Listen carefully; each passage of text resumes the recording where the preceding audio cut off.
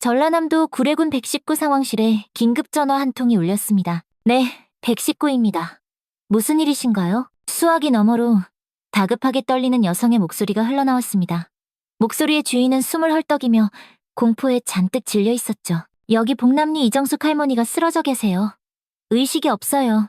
빨리 좀 와주세요. 119 대원은 침착하게 주소를 확인하고 즉시 출동 신호를 보냈습니다. 3분 만에 앵앵 유런한 사이렌을 울리며 구급차가 좁은 골목길로 들어섰습니다. 지나가던 동네 주민들이 구급차를 보고 걱정스러운 눈빛으로 수군거리며 모여들었습니다. 어머나, 저기 정숙이 할머니네 집인데 무슨 일이지? 아까 집으로 막 뛰어가는 걸 봤는데 무슨 일이 있나 봐. 수십 년 동안 한 동네에서 살아온 이웃들의 걱정 어린 속삭임이 들려왔습니다. 구급대원들은 신속하게 장비를 챙겨들고 할머니의 집으로 뛰어들어갔습니다.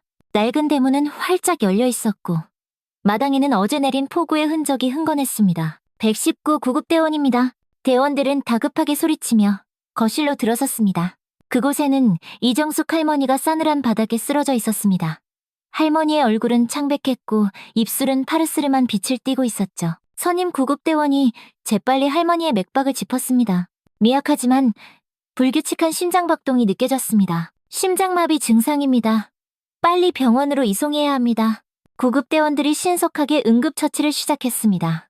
산소 마스크를 씌우고 심전도 측정기를 연결하는 사이 할머니의 눈이 가늘게 떠졌습니다. 그 시선은 혼란스러워 보였지만 이내 강한 의지가 번쩍였습니다. 할머니는 산소 마스크 너머로 희미한 숨을 내쉬며 구급대원의 팔을 놀라울 정도로 강하게 붙잡았습니다. 파출소에 박진우 경위를 불러주세요. 죽기 전에 꼭 만나야 해요. 할머니의 목소리는 끊어질 듯 했지만 그 안에 담긴 절박함은 누구라도 느낄 수 있을 만큼 강렬했습니다. 78 노인의 소나기라고는 믿기 힘든 힘이었죠. 구급대원의 팔을 붙잡은 할머니의 손가락 관절은 하얗게 변해 있었습니다. 할머니, 지금은 병원부터 가셔야 합니다. 상태가 아주 위급하세요. 구급대원은 부드럽지만 단호한 목소리로 할머니를 설득했습니다. 하지만 할머니는 고개를 가로저으며 구급대원의 팔을 더 세게 붙잡았습니다. 할머니의 눈에는 눈물이 그렁그렁 고였고 그 안에는 40년의 세월이 응축된 듯한 간절함이 담겨 있었습니다. 제발, 제발, 박진우, 할머니의 애원에 선임 구급대원은 잠시 동료와 눈빛을 교환했습니다. 짧은 순간이었지만 두 사람 사이에 침묵의 합의가 이루어졌죠. 어쩌면 이것이 할머니의 마지막 소원일지도 모른다는 직감이 들었습니다. 알겠습니다. 병원으로 가는 동안 꼭 연락해보겠습니다. 구급대원의 말에 할머니의 얼굴에 희미한 안도감이 스쳤습니다. 굳게 담은 입술이 살짝 풀리며 감사의 표정이 어렸습니다. 할머니를 들것에 싣는 동안 선임대원은 동료에게 고개를 끄덕였고 젊은 구급대원은 곧바로 무전기를 들었습니다. 구급차가 구례 시내의 작은 병원으로 향하는 동안 후배 구급대원은 무전으로 지역 파출소에 연락했습니다. 구례 파출소입니다. 무슨 일이십니까? 무전기 너머로 들려오는 목소리에는 경계심과 함께 사명감이 묻어 있었습니다. 시골 파출소 특유의 친근함과 진지함이 공존했죠. 119 구급대입니다. 혹시 박진우 경위님 계신가요? 저는 당직 순경입니다만 무슨 일로 박 경위님을 찾으시는 겁니까? 구급대원은 할머니의 위급한 상태와 상황을 빠르게 설명했습니다. 당직 순경의 목소리가 조금 놀란 듯 들렸습니다. 순경은 옆에 놓인 출동일지를 황급히 확인하며 대답했습니다. 아, 박 경위님은 지금 마을 반대편 사고 현장에 출동 중이십니다. 오전에 화개장터 쪽에서 교통사고가 있었거든요. 제가 무전으로 상황 전달해서 가능한 한 빨리 병원으로 가시도록 조치하겠습니다. 네, 감사합니다. 통화가 끝난 후 구급대원은 할머니를 조용히 내려다보았습니다. 산소 마스크 아래로 할머니의 입술이 무언가를 중얼거리는 것 같았습니다. 구급대원은 몸을 낮춰 그 말에 귀를 기울였습니다. 드디어 찾았어. 민준아. 할머니의 희미한 목소리에는 애틋함이 뚝뚝 묻어났습니다. 그것은 단순한 환자의 헛소리가 아니었습니다. 기나긴 세월의 그리움이 응축된 한 어머니의 간절한 외침이었습니다. 그때였습니다. 혈압이 떨어지고 있습니다. 선임 구급대원의 침착한 목소리에 긴박함이 서렸습니다. 모니터 화면에 초록색 선이 불규칙하게 요동치며 심장박동이 약해지고 있음을 알렸습니다. 심장 리듬이 불안정합니다.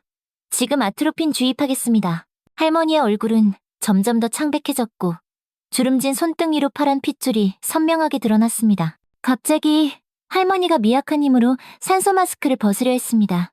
그 움직임은 약했지만 구급대원의 눈에 곧바로 포착되었죠. 할머니, 마스크는 쓰고 계셔야 합니다. 지금 위험하세요. 구급대원의 다급한 목소리가 차 안에 울렸습니다. 그러나 할머니의 눈빛에는 포기할 수 없다는 강한 의지가 깃들어 있었습니다. 그것은 생존 의지라기보다 무언가를 반드시 전달해야 한다는 절박함이었습니다. 내가 죽으면 박경희에게 집 서랍을 꼭 확인해달라고. 할머니는 말을 잇는 중간중간 숨을 헐떡이며 애써 의식을 붙잡으려 했습니다. 마지막 남은 힘을 다해 무언가를 전하려는 필사적인 모습이었습니다. 할머니의 말이 끊기고 모니터의 경고음이 더욱 날카롭게 울렸습니다. 구급대원들의 얼굴에 긴장감이 가득 서렸습니다. 이대로라면 병원에 도착하기도 전에 할머니가 세상을 떠날 수도 있다는 불안감이 차 안을 무겁게 감쌌습니다. 할머니의 가슴이 힘겹게 오르내리는 사이 젊은 구급대원은 할머니의 손을 조심스럽게 잡았습니다. 그 손길에는 의료인의 사명감을 넘어선 인간적인 따뜻함이 담겨 있었습니다. 네, 할머니. 꼭 전해드릴게요. 아무 걱정 마세요. 구급대원의 진심 어린 약속에 할머니의 얼굴에 아주 희미한 안도감이 스쳤습니다. 산소 마스크 아래로 가느다란 미소가 어렸습니다. 그것은 오래된 기다림의 끝에서 마주한 희망의 미소였습니다. 그렇게 구급차는 마지막 희망을 싣고 읍내 유일한 의료기관인 구례보건소를 향해 질주했습니다. 잠시 후 구례보건소 앞에 경찰차 한 대가 급하게 멈춰섰습니다. 차에서 내린 사람은 키가 훤칠한 40대 중반의 남자였습니다. 감색 경찰 제복을 입은 그는 지역 파출소의 박진우 경이었습니다. 그의 얼굴에는 근심 어린 표정이 가득했고 평소의 차분함보다는 조급한 마음이 역력했습니다. 그는 경찰차 문을 닫기가 무섭게 보건소를 향해 빠르게 걸음을 옮겼습니다. 응급실 접수처에는 중년의 간호사가 앉아 있었습니다. 안녕하세요. 이정숙 할머니께서 저를 찾으셨다고 들었습니다. 제가 박진우 경위입니다. 박경희의 목소리는 차분했지만 그 안에는 미세한 긴장감이 묻어 있었습니다. 간호사는 고개를 들어 그를 바라보았고 곧 주변에 있던 의사에게 눈짓을 보냈습니다. 마침 응급실에서 나오던 젊은 의사가 박경희를 발견하고 다가왔습니다. 박진우 경위님이세요? 할머니께서 계속 찾으셨어요. 의사의 말에 박경희의 눈썹이 살짝 올라갔습니다. 그의 얼굴에는 의아함과 걱정이 뒤섞여 있었죠. 박경희가 구례읍으로 발령받은 지는 얼마 되지 않았습니다. 이정숙 할머니와는 그저 몇 번 마주친 것이 전부였습니다. 단순한 동네 경찰과 주민의 관계일 뿐인데 어째서 할머니는 그토록 자신을 찾았던 걸까요? 할머니, 건강은 좀 어떠십니까? 박경희의 질문에 의사의 표정이 어두워졌습니다. 그는 안경을 고쳤으며 차분하게 설명했지만 그 목소리에는 무거움이 배어 있었습니다. 할머니 상태가 매우 위급합니다. 지금은 중환자실로 옮겨진 상태고 오늘 밤이 고비가 될 것 같습니다. 의사의 말에 박경희의 얼굴이 굳어졌습니다. 그는 자신도 모르게 한 손으로 제복 옷깃을 만지작거렸습니다. 할머니와 특별한 인연은 없었지만 처음 마주쳤을 때부터 묘하게 눈길이 갔던 노인이었습니다. 더구나 자신을 그토록 간절히 찾았다는 사실이 마음을 무겁게 짓눌렀습니다. 그렇군요. 그런데 대체 왜 저를 찾으셨을까요? 박경희의 질문에 대답한 것은 아까 구급차에 타고 있던 젊은 구급대원이었습니다. 그는 의사와 함께 응급실 밖으로 나오다가 박경희의 말을 듣고 다가왔습니다. 저도 이유는 잘 모르겠습니다. 할머니께서 의식이 희미해지는 와중에도 죽기 전에 박경희님을 꼭 봐야 한다고. 만약에 자기가 죽으면 집 서랍을 꼭 좀 확인해달라는 말씀을 전해달라고 하셨습니다. 정말 간절해 보이셨어요. 구급대원의 말에 박경희의 미간이 다시 좁혀졌습니다. 서랍? 할머니의 집에 있는 서랍에 대체 무엇이 있다는 말일까? 박경희는 문득 발령 이후 할머니와 마주쳤던 몇 번의 짧은 순간들을 떠올렸습니다. 할머니의 눈빛은 박경희를 보는 순간 묘하게 변하곤 했습니다.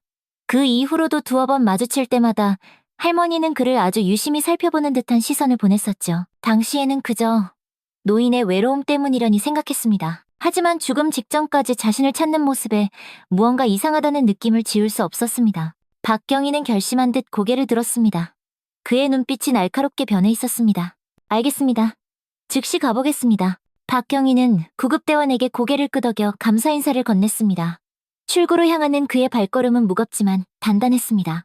할머니가 그토록 자신을 찾았던 이유, 그리고 서랍에 숨겨진 비밀이 무엇일지 그의 가슴은 이상하게 두근거렸습니다. 그는 순찰차에 올라타 지리산이 멀리 보이는 방향, 할머니의 집을 향해 시동을 걸었습니다. 얼마 지나지 않아 복남리라고 적힌 낡은 안내판이 나타났습니다. 박경희는 마을로 들어서며 속도를 줄였습니다.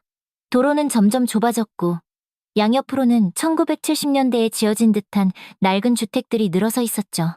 이윽고 담장에 분홍빛 밭꽃이 예쁘게 피어있는 집이 눈에 들어왔습니다.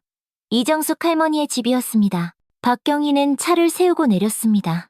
그는 조심스럽게 대문을 밀고 마당으로 들어섰고 이내 조용히 현관문을 열었습니다. 끽!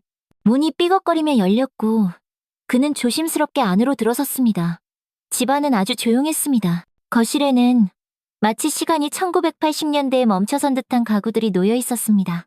낡은 브라운관 텔레비전, 자개장롱, 그리고 오래된 나무 수납장이 눈에 들어왔습니다. 마치 세월이 이곳만은 비껴간 듯한 느낌이었죠. 박경희의 시선은 거실 한편에 있는 서랍장으로 향했습니다. 맨 위 서랍이 살짝 열려 있었고 그 안에서 누런 종이 끝이 삐죽 나와 있었습니다. 그는 천천히 그쪽으로 걸어갔습니다. 오래된 참나무로 만든 서랍장은 윤이 바랜 채 수십 년의 시간을 고스란히 증명하고 있었습니다. 박경희는 조심스럽게 서랍을 마저 열었습니다. 서랍 안에는 낡은 사진첩과 함께 누렇게 변색된 신문과 전단지가 놓여 있었습니다. 박경희는 먼저 신문을 들었습니다. 신문은 1985년 4월 17일자였고 그는 그 날짜를 보는 순간 가슴이 묘하게 쿵 하고 뛰었습니다. 그는 신문을 조심스럽게 펼쳤습니다. 사회면에는 굵은 활자로 5세 아동, 시장에서 실종, 가족 애타게 찾아라는 헤드라인이 적혀 있었습니다. 박경희의 눈이 커졌습니다. 그는 기사를 빠르게 읽어내려갔습니다. 5세 남아가 시장에서 실종되었다는 내용이었습니다. 아이의 이름은 이민준이었고 실종 당시 파란색 줄무늬 티셔츠와 짙은 청색 반바지를 입고 있었다고 했습니다. 이민준, 박경희가 무의식적으로 그 이름을 읊조렸을 때 그의 가슴 깊은 곳에서 무언가 꿈틀거리는 듯 했습니다. 그는 서랍을 더 살펴보기 시작했습니다. 다양한 시기에 만들어진 듯한 실종 신고 전단지도 여러 장 있었습니다. 전단지마다 우리 아들 민준이를 찾아주세요 라는 절박한 문구가 적혀 있었고 아래에는 할머니의 연락처가 남겨져 있었습니다. 그리고 박경희는 서랍 가장 아래에 있던 두꺼운 사진첩을 꺼냈습니다. 표지에는 우리 민준이라고 정성스레 쓰여 있었습니다. 그는 천천히 사진첩을 펼쳤습니다. 갓난아기 시절부터 점점 성장하는 한 남자아이의 모습이 담겨 있었죠. 출생 직후의 사진, 100일 사진, 첫돌 사진, 그리고 그 이후로 매 생일마다 찍은 사진들이 순서대로 정리되어 있었습니다. 마지막 페이지를 넘기자 민준이 5살, 계곡 물놀이라고 적힌 사진이 나왔습니다. 환하게 웃고 있는 어린 소년의 모습이었습니다. 박경희는 그 사진을 자세히 들여다보았습니다. 갑자기 그의 시선이 사진 속 소년의 가슴 부위에 그대로 고정되었습니다. 그곳에는 특이한 모양의 화상 흉터가 선명하게 보였습니다. 잠깐만, 박경희의 얼굴이 새하얗게 질렸습니다. 그의 손이 후들후들 떨리기 시작했습니다. 그는 급하게 주변을 둘러보다가 거실 한쪽에 놓인 전신 거울을 발견했습니다. 거울 앞으로 다가간 그는 천천히 자신의 셔츠 단추를 풀었습니다. 그리고 왼쪽 가슴부터 어깨까지 이어지는 자신의 흉터를 바라보았습니다. 반달 모양으로 시작해 별처럼 퍼져나가는 독특한 모양의 화상 흉터였습니다. 그는 어릴 적 그 흉터가 어떻게 생겼는지 기억하지 못했습니다. 고아원에서는 그가 발견될 당시에 이미 흉터가 있었다고만 들었을 뿐입니다. 박경희는 다시 사진으로 시선을 돌려 자신의 흉터와 비교했습니다. 사진 속 어린 소년의 흉터와 자신의 흉터는 완벽하게 일치했습니다. 세상에, 완전히 똑같아. 그는 숨을 헐떡이며 의자에 털썩 주저앉았습니다. 그의 머릿속은 혼란으로 가득했고 온몸이 부들부들 떨려왔습니다. 그는 다시 사진첩을 들어 소년의 얼굴과 자신의 얼굴을 비교해보았습니다. 어린 소년의 이목구비와 지금 자신의 모습은 40년이라는 세월의 간극을 뛰어넘어 놀랍도록 닮아 있었습니다. 박경희는 사진첩을 무릎 위에 올려놓고 멍하니 방 안을 둘러보았습니다. 이제야 모든 것이 이해되기 시작했습니다. 할머니가 자신을 처음 봤을 때의 그 놀란 눈빛, 그 이후로 자신을 마주칠 때마다 보이던 애틋한 시선, 그리고 마지막 순간에 그토록 자신을 찾았던 이유까지도. 그는 눈을 감았습니다. 얼마 전 할머니와 처음 마주쳤던 그날의 기억이 물밀듯이 밀려왔습니다. 봄비가 부슬부슬 내리던 4월의 어느 오후, 이정숙 할머니는 집 근처 작은 슈퍼마켓에서 장을 보고 있었습니다. 구례읍의 작은 가게였지만 시골 특유의 따뜻한 정이 느껴지는 곳이었죠. 할머니는 평소처럼 쌀과 반찬거리를 사들고 비닐봉지를 든 채 슈퍼마켓을 나서려던 참이었습니다. 그때였습니다. 할머니의 눈에 낯선 얼굴 하나가 들어왔습니다. 새로 부임한 경찰관이 동료와 함께 인사를 다니는 모습이 보였죠. 아, 새로 오신 경찰관님인가 보네. 슈퍼주인 최 씨 아저씨가 창밖을 바라보며 말했습니다. 순간 할머니의 심장이 쿵 하고 멈추는 듯 했습니다. 새로운 경찰관의 옆모습, 특히 눈매와 콧날이 가슴을 철렁하게 만들었습니다. 너무나 익숙한, 그러나 40년간 단 한 번도 볼 수 없었던 바로 그 모습이었습니다. 저 사람, 할머니는 자신도 모르게 작은 목소리로 중얼거렸습니다. 할머니는 지갑을 열어 안쪽 주머니에서 오래된 사진 한 장을 꺼냈습니다. 40년간 매일같이 지갑에 넣고 다녔던 5살 민준이의 사진이었습니다. 비닐로 여러 번 더 씌워져 있었지만 접히고 해진 흔적이 역력했죠. 할머니는 떨리는 손으로 사진 속 어린아이의 얼굴과 거리를 걷는 경찰관을 번갈아 보았습니다. 눈매가, 콧날이 정말 닮았어. 가슴이 미친 듯이 뛰었습니다. 40년간 수많은 사람들의 얼굴을 보며 민준이와 비슷한 이목구비를 가진 사람들을 찾아왔지만 이렇게까지 심장이 요동쳤던 적은 단 한 번도 없었습니다. 할머니는 천천히 깊은 숨을 들이마셨습니다. 그리고 용기를 내어 박경희에게 다가갔습니다. 떨리는 다리로 걸어간 그 몇 걸음이 40년의 여정보다 더 길게 느껴졌습니다. 저기, 새로 오신 경찰관님 맞으신가요? 할머니의 목소리는 염소처럼 떨렸습니다. 박경희는 뒤를 돌아 할머니를 바라보았습니다. 그 순간 할머니는 더 가까이서 그의 얼굴을 볼 수 있었습니다. 눈매, 콧날, 인매까지 영락없는 민준이의 얼굴이었습니다. 네, 이번에 처음 발령받은 박진우 경이라고 합니다. 박경희가 공손하게 인사했습니다. 그의 목소리를 듣자 할머니는 왠지 모를 익숙함을 느꼈습니다. 비록 어린아이의 목소리가 성인의 목소리로 바뀌었지만 그 안에 담긴 특유의 음색은 할머니의 가슴을 세차게 울렸습니다. 실례지만 혹시 나이가 어떻게 되세요? 할머니의 다소사적인 질문에 박경희는 잠시 의아한 표정을 지었지만 곧 친절하게 대답했습니다. 올해로 45살입니다. 그 대답을 들은 할머니의 눈이 동그래졌습니다. 45살.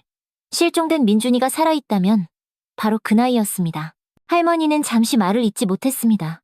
숨이 가빠지고 심장이 터질 듯이 뛰었습니다. 혹시 어디서 자라셨나요? 박경희는 처음 만난 노인의 질문이 다소 이상하다고 느꼈을 수도 있었지만 나이 드신 분의 친근한 관심으로 여기며 자연스럽게 대답했습니다. 사실 저는 고아원에서 자랐습니다. 제 기록에 따르면 5살 무렵에 어떤 시장 근처에서 발견되었다고 하더군요. 할머니의 심장이 더 세차게 뛰기 시작했습니다. 손에 들고 있던 장바구니가 덜덜 흔들렸고 다리가 후들거렸습니다. 40년의 시간이 한순간에 무너져 내리는 듯 했습니다. 박경희는 시계를 확인하고 정중하게 인사를 건넸습니다. 죄송합니다만 순찰 시간이 다 되어서 이만 가봐야 할 것 같습니다. 다음에 또 뵙겠습니다. 혹시 도움이 필요하시면 언제든 파출소로 오세요. 박경희가 가벼운 목례와 함께 자리를 떠났습니다. 할머니는 그 자리에 그대로 서서 멀어져가는 그의 뒷모습을 하염없이 바라보았습니다. 봄비가 내리는 거리에서 할머니의 눈에서는 빗물보다 더 뜨거운 눈물이 하염없이 흘러내렸습니다. 저 경찰관, 우리 민준이일지도 몰라. 할머니는 떨리는 목소리로 중얼거렸습니다. 그리고 그 말과 함께 40년간 단 한 번도 꺼지지 않았던 희망의 불씨가 다시 활활 타오르기 시작했습니다. 그날 저녁, 할머니는 흔들리는 다리로 겨우 집에 돌아왔습니다.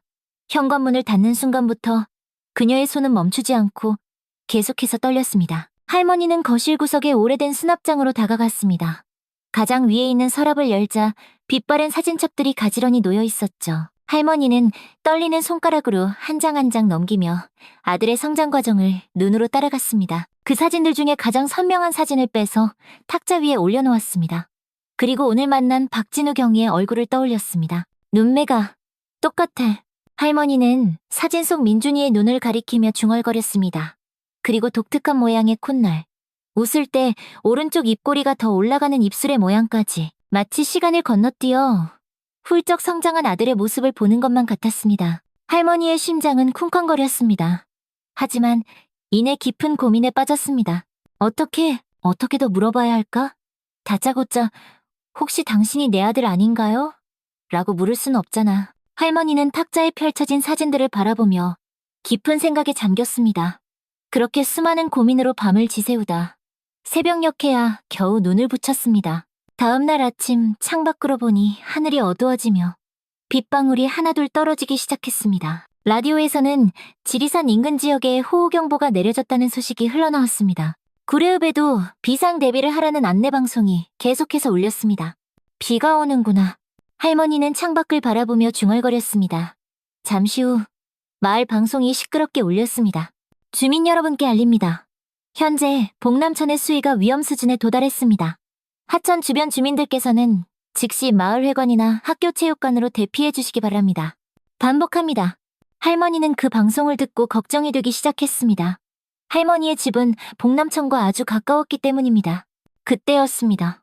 쾅쾅쾅! 현관문을 누군가 급하게 두드리는 소리가 들렸습니다. 계십니까? 경찰입니다. 목소리의 주인공은 바로 박진우 경이었습니다. 할머니는 반가움과 긴장이 뒤섞인 마음으로 문을 열었습니다. 박경희는 비에 흠뻑 젖은 채로 서 있었습니다. 할머니, 빨리 대피하셔야 합니다. 복남천 제방이 지금 위험한 상태입니다. 주변 주민들이 모두 학교 체육관으로 대피하고 있어요. 박경희의 목소리는 차분했지만 긴박함이 가득 묻어 있었습니다. 할머니는 그를 바라보며 마음속으로 간절히 기도했습니다. 제발, 이번에는 진짜일 거야. 40년을 기다렸어. 알겠습니다. 짐을 조금만 챙겨서 나갈게요. 할머니는 서둘러 대피소에 가져갈 짐을 챙기러 안으로 들어갔습니다. 그 순간 갑자기 우르릉 쾅 하는 천둥 소리와 함께 집 뒤편에서 요란한 소리가 들렸습니다. 할머니가 놀라 밖으로 나가보니 낡은 지붕 일부가 무너져 내리고 있었습니다. 그리고 더 심각한 문제는 집 뒤편의 작은 개울이 이미 범람하여 마당으로 흙탕물이 세차게 밀려들고 있다는 것이었습니다. 할머니, 지금 당장 나가야 해요. 박경희가 할머니에게 소리치며 달려왔습니다. 바로 그 순간 불어난 물살에 떠내려온 커다란 나무 토막이 마당으로 휙 밀려들어왔습니다. 나무는 빠른 속도로 할머니를 향해 그대로 밀려오고 있었습니다. 조심하세요. 박경희는 한치의 망설임도 없이 할머니를 향해 몸을 날렸습니다. 그는 할머니를 강하게 밀쳐내며 자신이 대신 나무 토막에 부딪혔습니다. 퍽! 하는 둔탁한 소리와 함께 박경희가 쓰러졌고 그의 셔츠 일부가 나무에 거친 가지에 걸려 쫙 찢어졌습니다. 괜찮으세요? 할머니가 놀라 박경희에게 다가갔습니다. 박경희는 고통스러운 표정을 지으며 천천히 일어났습니다. 그의 제복 상의는 젖은 채로 찢어져 있었고 그 사이로 흉터가 드러나 있었습니다. 가슴 왼쪽에서부터 어깨까지 이어진 독특한 반달 모양의 흉터, 마치 초승달이 가지를 뻗은 듯한 특이한 형태의 화상 자국이었습니다. 할머니의 눈이 믿을 수 없다는 듯이 커졌습니다. 시간이 그대로 멈춘 듯한 느낌이었습니다. 40년 전의 기억이 바로 어제 일처럼 생생하게 되살아났습니다. 4살이던 민준이가 부엌에서 펄펄 끓는 물주전자를 만지려다 쏟아 크게 화상을 입었던 바로 그날, 병원에 실려가 치료받았던 바로 그 상처의 모양과 완벽하게 일치했습니다. 그 흉터. 할머니의 목소리는 심하게 떨렸고 눈에는 눈물이 가득 고였습니다. 박경희는 할머니의 시선을 따라 자신의 가슴을 내려다보았습니다. 아, 괜찮습니다. 아주 어릴 때 생긴 상처예요. 박경희는 당황한 듯 서둘러 찢어진 셔츠를 여미려 했습니다. 그의 표정에는 의아함이 가득 서려 있었죠. 이렇게 위급한 상황에서 왜 할머니가 자신의 흉터에 그토록 놀라는지 도무지 이해할 수 없었습니다. 할머니는 갑자기 결심한 듯 집안 쪽을 향해 걸음을 옮겼습니다. 쓰러진 장식장 쪽을 바라보며 서랍을 뒤지려 했습니다. 잠깐만요. 당신에게 보여줄 게 있어요. 할머니의 모든 감각은 흐릿해졌습니다. 세차게 내리는 빗소리도 무섭게 불어나는 물소리도 더는 들리지 않았습니다. 오직 40년 만에 찾은 아들 앞에 서 있다는 사실만이 그녀의 마음을 가득 채웠습니다. 할머니, 지금은 안 됩니다. 물이 계속 불어나고 있어요. 박경희의 다급한 외침도 들리지 않는 듯 할머니는 서랍으로 다가갔습니다. 그러나 바로 그 순간 집 측면에서 와르르 하는 요란한 소리와 함께 담장이 무너지고 흙탕물이 더욱 거세게 집 안으로 밀려들었습니다. 물살은 생각보다 훨씬 빠르고 강했습니다. 이대로는 둘 다 위험합니다. 지금 당장 나가야 해요. 박경희는 할머니의 팔을 꽉 잡았습니다. 그의 눈빛에는 단호함이 서려 있었죠. 생명이 위험해요, 할머니. 지금 당장 나가야 합니다. 박경희의 간절한 외침에 할머니는 마지못해 고개를 끄덕였습니다. 물은 이미 발목까지 차올라 있었고 계속해서 빠르게 높아지고 있었습니다. 두 사람은 급히 집을 빠져나와 마을 높은 곳에 위치한 학교 체육관을 향해 힘겹게 걸음을 옮겼습니다. 박경희는 할머니를 안전한 지점까지 데려다 준 뒤 다른 곳도 살펴봐야 한다며 또다시 빗속 현장으로 떠났습니다. 비에 젖은 길을 걸으며 할머니는 마음속으로 굳게 다짐했습니다. 물이 빠지면 바로 집에 돌아가서 서랍에서 민준이 사진을 들고 박경희를 찾아갈 거야. 확실해. 그 흉터는 절대 우연일 수 없어. 할머니의 눈에는 눈물이 가득했지만 그 눈물은 세차게 내리는 비에 섞여 아무도 알아차리지 못했습니다. 다음 날 아침, 거짓말처럼 비가 그치고 맑은 하늘이 모습을 드러냈습니다. 복남천의 물은 아직 높은 수위를 유지하고 있었지만 더 이상 불어나지는 않았죠. 구례읍 체육관에서는 주민들이 하나둘 집으로 돌아갈 채비를 하기 시작했습니다. 읍내 방송에서는 수위가 안정되었으니 주민들은 조심스럽게 귀가해도 좋다는 안내가 나왔습니다. 이정숙 할머니는 그 소식을 듣자마자 자리에서 벌떡 일어났습니다. 밤새 한숨도 자지 못한 탓에 얼굴은 몹시 피곤해 보였지만 눈빛만은 40년 만에 되찾은 희망으로 반짝반짝 빛났습니다. 그녀는 서둘러 보따리를 챙겨 체육관을 나섰습니다. 박경희를 찾고 싶었지만 그는 다른 구역으로 파견되었다는 이야기를 전해 들었습니다. 괜찮아. 파출소로 직접 찾아가면 돼. 할머니는 중얼거리며 집으로 향했습니다. 마을 곳곳에는 폭우가 핥히고 간 흔적이 고스란히 남아 있었습니다. 도로에는 진흙이 잔뜩 쌓여 있었고 처마 밑으로는 흙탕물이 뚝뚝 떨어지고 있었죠. 가게들은 대부분 문을 열지 않았고 주민들은 집 앞에 물을 퍼내기에 바빴습니다. 할머니는 자신의 집으로 서둘러 걸음을 옮겼습니다. 그리고 자신이 낼 수 있는 최대한의 힘을 다해 뛰기 시작했습니다. 숨이 턱까지 차오르고 온몸이 쑤셨지만 멈출 수가 없었습니다. 집 근처에 다다르자 이웃들이 그녀를 발견하고 반갑게 인사를 건넸습니다. 아이고, 할머니, 괜찮으셨어요? 집이 좀 물에 잠겼다던데. 할머니는 이웃의 인사에 답할 겨를도 없이 자신의 집으로 뛰어들어갔습니다. 대문을 열자마당에는 폭우의 흔적이 역력했지만 할머니의 관심은 오직 집안 서랍에 있는 사진첩뿐이었습니다. 드디어 찾았어. 할머니는 울먹이며 기쁜 목소리로 외쳤습니다. 40년간의 기다림이 드디어 현실이 되는 순간이었습니다. 그녀는 떨리는 다리로 서랍으로 다가갔습니다. 젖은 바닥 위로 물방울 자국이 이어졌습니다. 할머니는 떨리는 손으로 장식장 서랍을 열었습니다. 물이 들어찼던 탓에 서랍이 잔뜩 부풀어 잘 열리지 않았지만 그녀는 있는 힘껏 서랍을 당겼습니다. 마침내 서랍이 열렸고 그 안에는 다행히 비닐로 잘 싸놓은 사진첩들이 무사히 보존되어 있었습니다. 민준아, 이제 엄마가 너를 찾았어. 사진첩을 꺼내려는 바로 그 순간 갑자기 가슴이 꽉 조여오는 듯한 극심한 통증이 할머니를 덮쳤습니다. 마치 누군가가 가슴을 강하게 짓누르는 듯한 압박감이었습니다. 할머니는 통증에 가슴을 움켜쥐며 신음했습니다. 숨이 제대로 쉬어지지 않았고 온몸에 식은땀이 비오듯 흘렀습니다. 그녀는 바닥에 그대로 무릎을 꿇고 서랍에서 사진첩을 꺼내려 힘겹게 손을 뻗었습니다. 그러나 팔에 힘이 쭉 빠지기 시작했습니다. 안 돼. 지금은 곧이어 그녀의 시야가 흐려지기 시작했고 팔에서 모든 힘이 빠져나갔습니다. 그리고 이내 할머니는 차가운 바닥으로 그대로 쓰러졌습니다. 바로 그 순간 창문 너머로 이웃 주민 김씨, 아주머니가 할머니가 쓰러지는 모습을 목격했습니다. 그녀는 할머니의 집이 괜찮은지 확인하러 온 참이었죠. 할머니, 김씨는 급히 대문을 열고 할머니의 집으로 달려갔습니다. 그녀는 바닥에 쓰러진 할머니의 어깨를 흔들었지만 할머니는 이미 의식이 희미한 상태였습니다. 김씨는 즉시 휴대폰을 꺼내 119에 전화를 걸었습니다. 불과 몇 분 후 긴급 사이렌을 울리며 구급차가 도착했습니다. 구급대원들은 신속하게 할머니의 상태를 확인했습니다. 심장마비 증상입니다.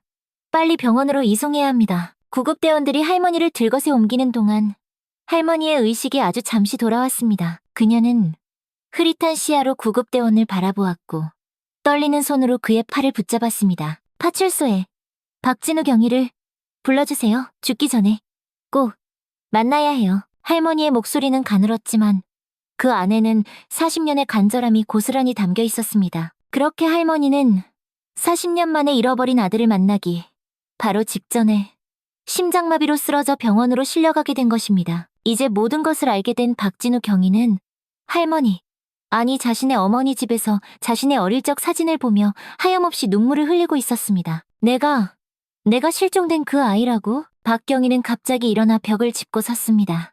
다리가 후들거리고 온몸에 식은땀이 흘렀습니다. 평생 자신이 누구인지 알지 못한 채 살아왔던 그였지만 이제 모든 퍼즐이 맞춰지는 순간이었습니다. 40년 동안 나를 찾고 있었던 거야. 박경희의 눈에 갑자기 뜨거운 눈물이 맺혔습니다. 그것은 감정의 홍수였습니다.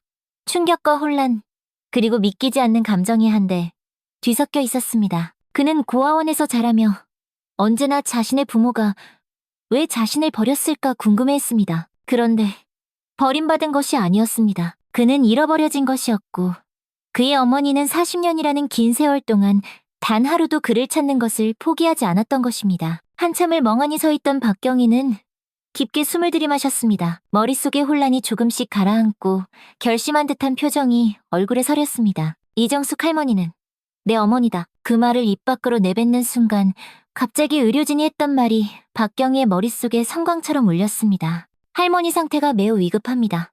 오늘 밤이 고비가 될 것 같습니다. 그 말의 의미가 이제야 온전히 심장으로 다가왔습니다. 그것은 단순한 환자의 상태 보고가 아니었습니다. 그것은 바로 자신의 어머니, 40년을 애타게 기다려온 어머니의 생명이 위험하다는 뜻이었습니다. 박경희의 얼굴이 공포로 새파랗게 질렸습니다. 어머니, 제발 무사하셔야 해요. 박경희는 미친 사람처럼 문을 박차고 밖으로 뛰쳐나갔습니다. 경찰차 열쇠를 꺼내들고 시동을 걸었습니다. 요란하게 사이렌을 울리며 그는 병원을 향해 전속력으로 달렸습니다. 자신이 누구인지 알게 된 지 불과 몇 시간 만에 그는 어머니를 영영 잃을지도 모른다는 끔찍한 공포와 싸우고 있었습니다. 구례보건소 앞에 경찰차가 급정거하듯 멈춰섰습니다. 문이 열리고 박진우 경위가 뛰쳐나왔습니다.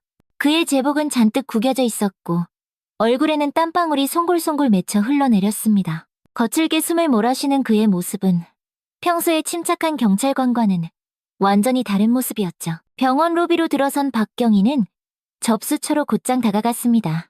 그의 목소리는 심하게 떨리고 있었습니다. 이정숙 할머니, 어디 계십니까? 접수 담당 간호사는 박경희의 다급한 모습에 놀란 듯했지만 곧 차분하게 컴퓨터를 확인했습니다. 아직 중환자실에 계십니다. 5층 동쪽 병동입니다. 간호사의 말에 박경희의 얼굴이 더욱 창백해졌습니다. 중환자실이라는 단어가 바위처럼 가슴을 무겁게 짓눌렀습니다. 그는 아무 말 없이 고개를 끄덕인 후 서둘러 엘리베이터로 향했습니다. 5층에 도착한 박경희는 중환자실 앞복도에 섰습니다. 중환자실 유리창 너머로 각종 의료기기에 둘러싸인 할머니의 모습이 보였습니다. 산소 마스크를 쓴 채 힘없이 누워있는 할머니는 너무나도 작고 약해 보였습니다. 박경희는 손에 쥔 낡은 사진을 내려다 보았습니다.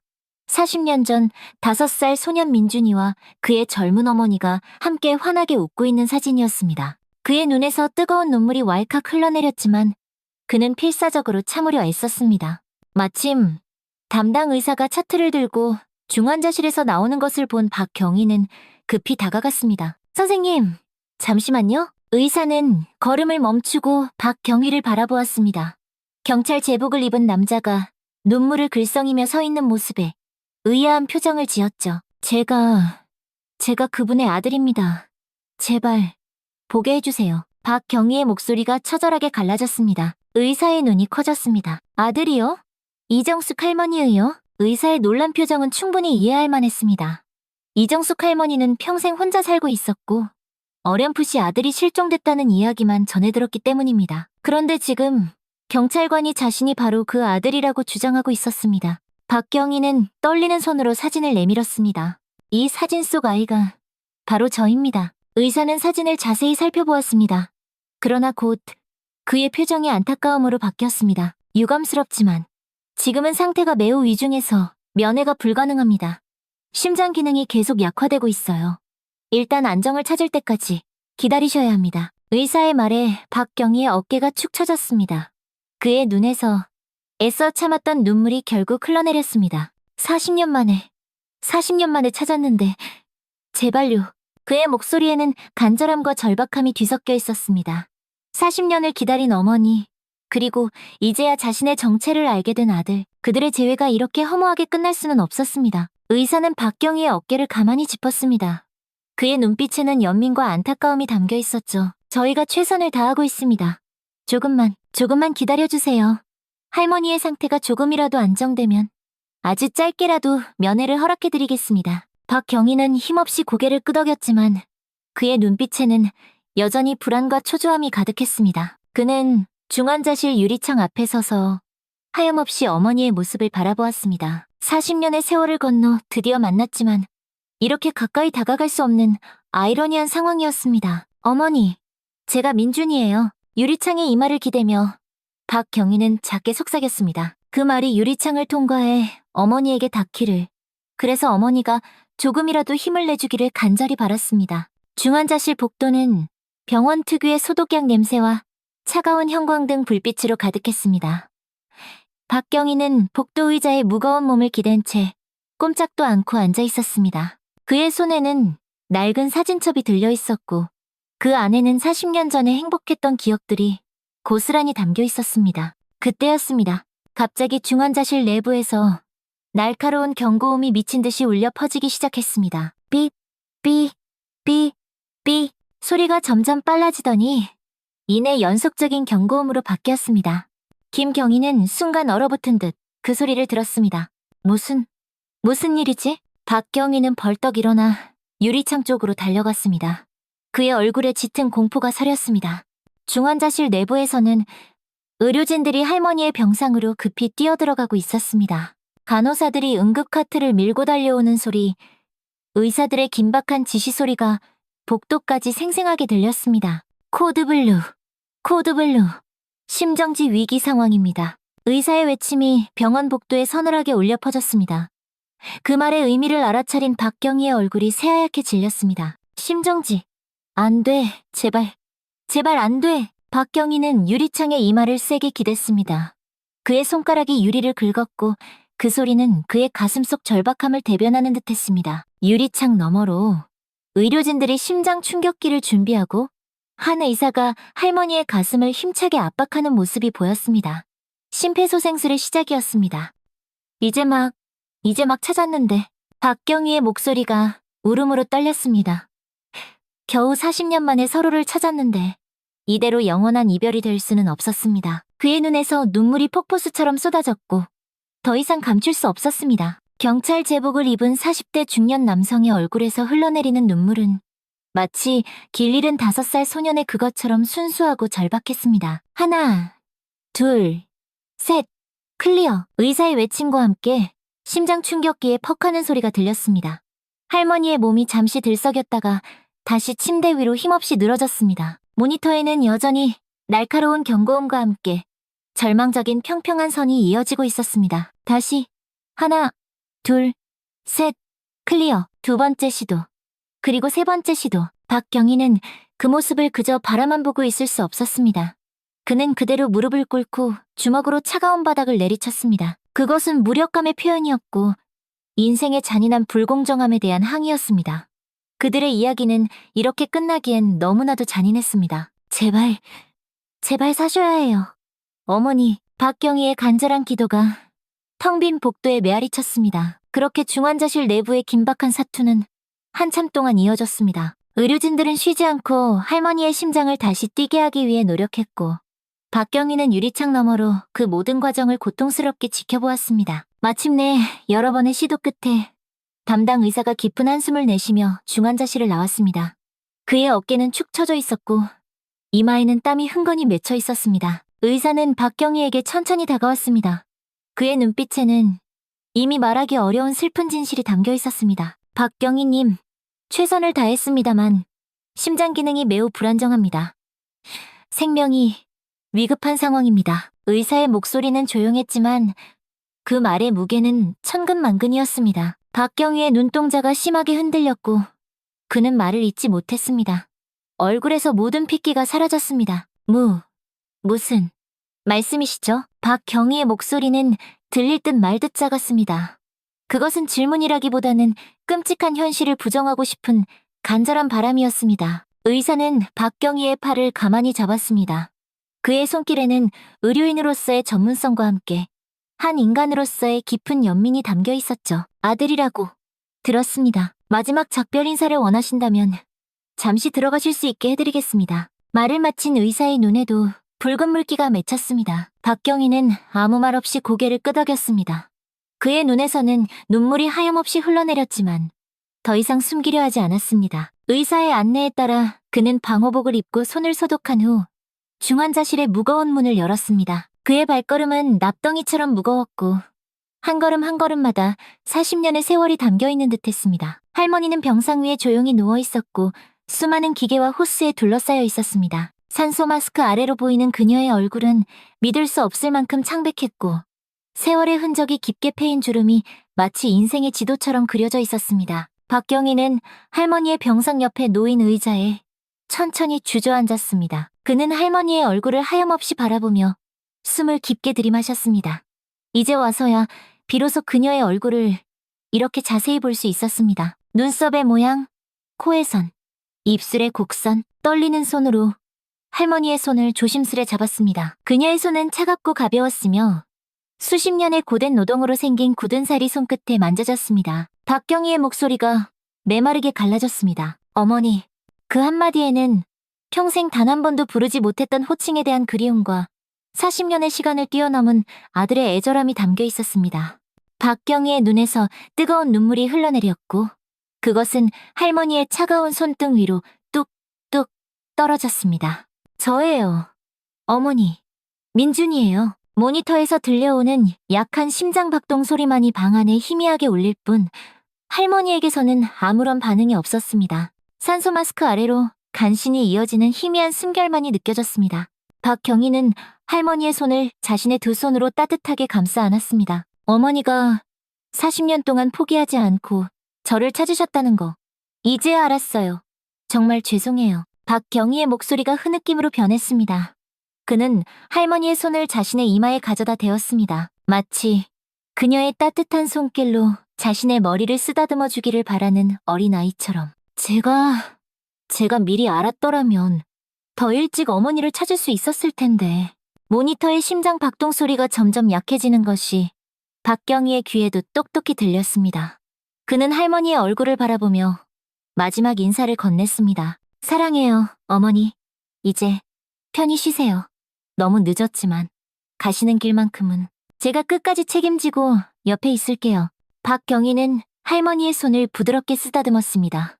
그의 손길에는 아들로서의 모든 마음이 담겨 있었습니다. 바로 그 순간 박경희의 말이 끝나자마자 갑자기 심장 모니터에 아주 미세한 변화가 나타나기 시작했습니다. 아주 미세한 변화였지만 박경희의 눈에도 그 차이가 분명히 보였습니다. 박경희가 놀라 할머니의 얼굴을 바라보았습니다.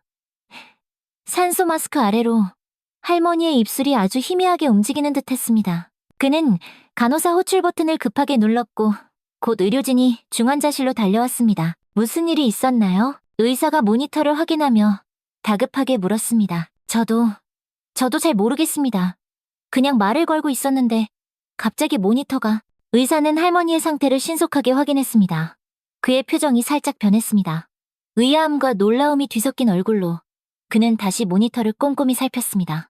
다행히 아주 미세한 변화가 있네요. 심장 리듬이 조금 더 안정적으로 바뀌고 있습니다. 하지만 아직 상태는 매우 위중합니다. 너무 큰 기대는 하지 마세요. 의사의 신중한 말에도 불구하고 박경희의 가슴속에는 아주 작은 희망의 불씨가 타오르기 시작했습니다. 그렇게 지옥 같던 하룻밤이 지나고 아침이 밝았습니다. 박경희는 병원의 특별한 허락을 받아 중환자실 옆의자에서 뜬 눈으로 밤을 새웠습니다. 그는 몇 번이고 깨어나 유리창 너머로 어머니의 상태를 확인했습니다. 아침이 되자 의사가 다시 한번 할머니의 상태를 점검했고 놀랍게도 할머니의 상태는 밤사이 아주 조금씩 안정되고 있었습니다. 아직 예단하기는 이르지만 상태가 예상보다 빨리 안정되고 있습니다. 계속해서 지켜보도록 하죠. 의사의 말에 박경희는 고개를 깊이 숙였습니다. 그것은 의사에 대한 감사의 표현이었고 40년간 포기하지 않았던 어머니의 강인한 생명력에 대한 경의였습니다. 이틀이 지났습니다. 박경희는 경찰 업무와 병원을 정신없이 오가며 어머니의 상태를 지켜보았습니다. 놀랍게도 할머니의 상태는 계속해서 호전되고 있었습니다. 정말 놀랍습니다. 박경희님, 의사가 차트를 확인하며 말했습니다. 예상보다 회복 속도가 훨씬 빠릅니다. 의학적으로는 설명하기 어려운 부분이 있지만 할머니의 강한 생명력과 의지가 회복을 돕고 있는 것 같습니다. 박경희는 묵묵히 고개를 끄덕였습니다. 그는 의사의 말이 단순한 위로가 아니라는 것을 알고 있었습니다. 어머니는 40년 동안 아들을 찾기 위해 포기하지 않았고 그 강한 의지는 이제 삶을 향한 투지로 변한 것 같았습니다. 일주일이 지났습니다. 할머니는 드디어 일반 병실로 옮겨졌고 박경희는 가능한 한 모든 시간을 어머니의 병실에서 보냈습니다. 그는 어머니의 손을 잡고 자신의 이야기를 들려주었습니다. 고아원에서의 생활, 경찰이 되기까지의 험난했던 과정, 그리고 이제 구례읍으로 발령받게 된 사소한 이유까지. 할머니는 여전히 의식이 없는 상태였지만 박경희는 어머니가 자신의 모든 이야기를 듣고 있다고 굳게 믿었습니다. 그렇게 며칠이 더 지나고 박경희는 파출소에서 근무 중이었습니다. 마을의 민원을 처리하고 있던 중 병원에서 전화가 걸려왔습니다. 박경희님, 할머니께서 완전히 의식을 되찾으셨습니다. 지금 오실 수 있으신가요? 간호사의 흥분된 말에 박경희의 심장이 땅으로 떨어지는 듯 했습니다. 그는 즉시 동료에게 상황을 설명하고 하던 모든 일을 미루었습니다. 경찰차를 타고 병원으로 향하는 길, 그의 마음은 이미 병실에 가 있었습니다. 병원에 도착한 박경희는 숨을 헐떡이며 병실로 달려갔습니다. 그는 아직 제복을 입은 채였고 모자는 어디선가 떨어뜨렸는지 보이지 않았습니다. 병실 문 앞에서 그는 잠시 멈춰섰습니다. 40년 만에 이루어지는 진정한 재회의 순간이 이제 문 하나를 사이에 두고 있었습니다.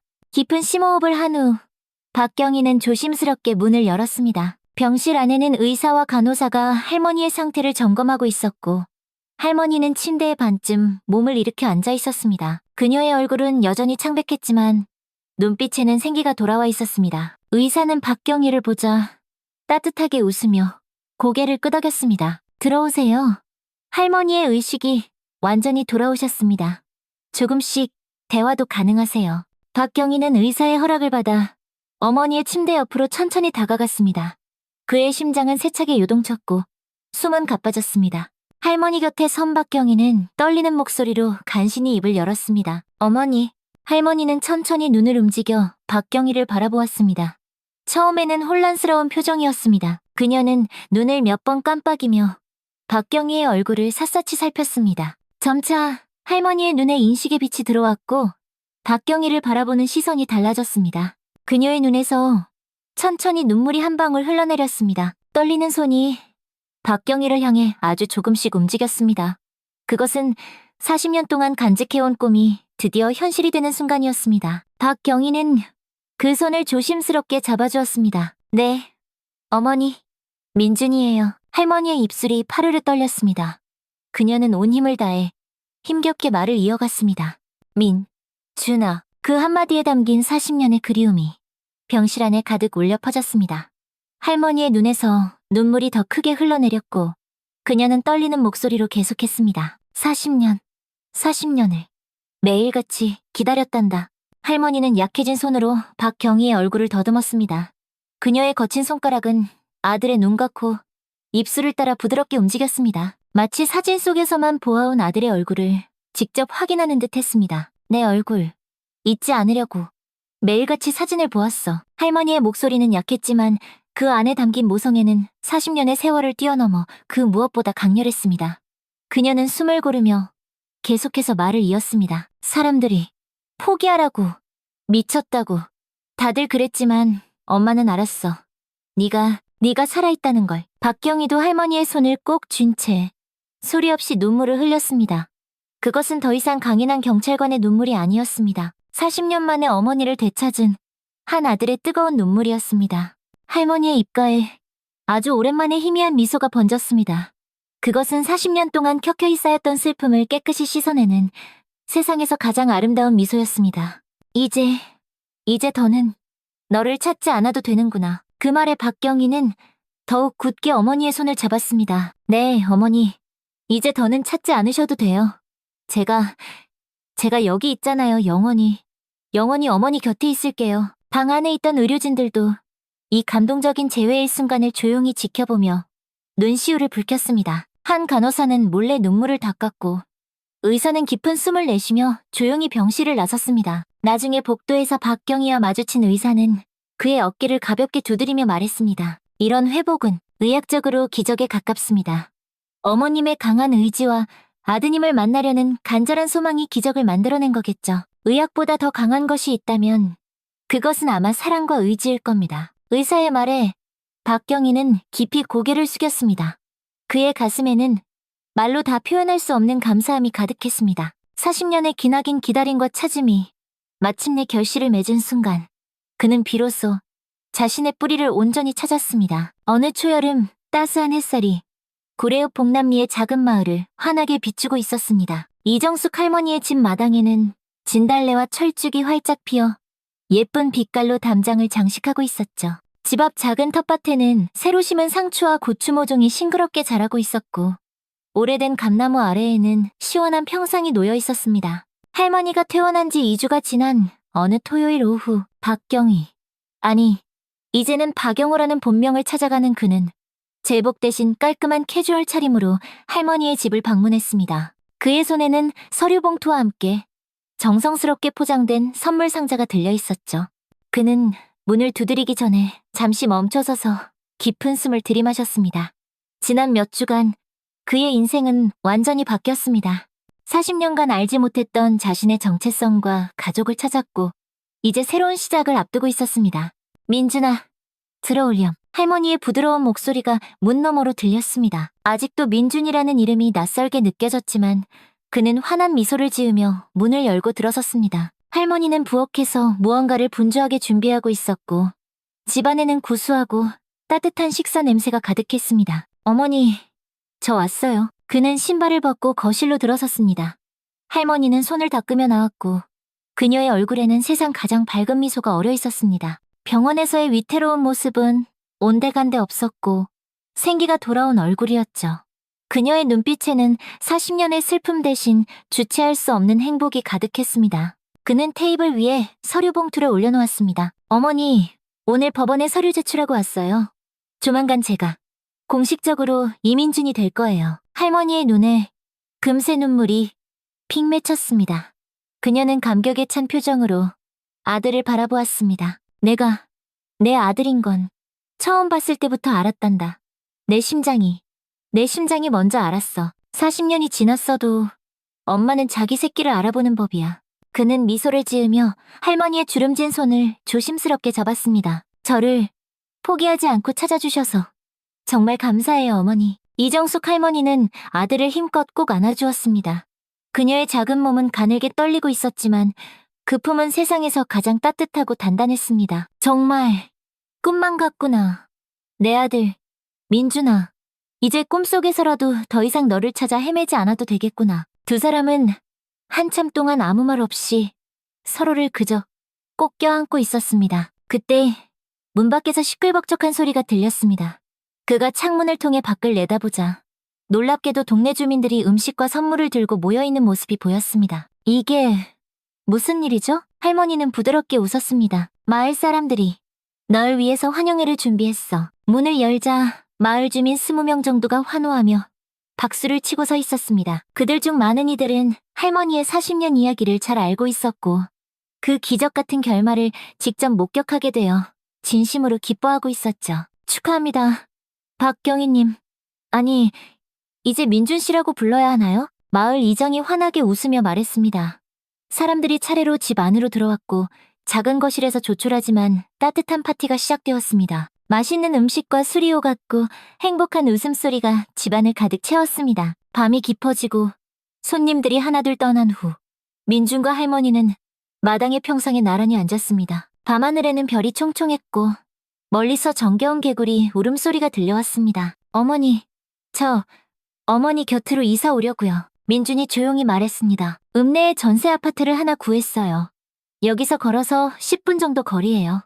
이제 퇴근 후에 매일 어머니랑 저녁을 함께 할 수 있을 것 같아요. 할머니의 눈이 반짝였습니다. 정말이니? 매일 볼 수 있는 거니? 네, 어머니. 이제부터는 매일이요. 민주는 주머니에서 곱게 접힌 종이를 꺼내 펼쳤습니다. 그곳에는 삐뚤빼뚤한 글씨로 여행 계획이 적혀 있었습니다. 어머니한테 세상의 많은 것들을 보여드리고 싶어요. 아들로서요. 제주도에도 가고, 설악산에도 가고, 그리고 올가을에는 내장산의 붉은 단풍도 꼭 보러 가고 싶어요. 우리가 함께 만들어갈 추억이 앞으로 너무나도 많아요. 할머니는 행복한 표정으로 아이처럼 고개를 끄덕였습니다. 둘은 한참 동안 밤하늘의 별을 바라보며 도란도란 이야기를 나누었습니다. 민주는 주머니에서 스마트폰을 꺼내 카메라를 켰습니다. 어머니, 우리 함께 사진 한 장 찍을까요?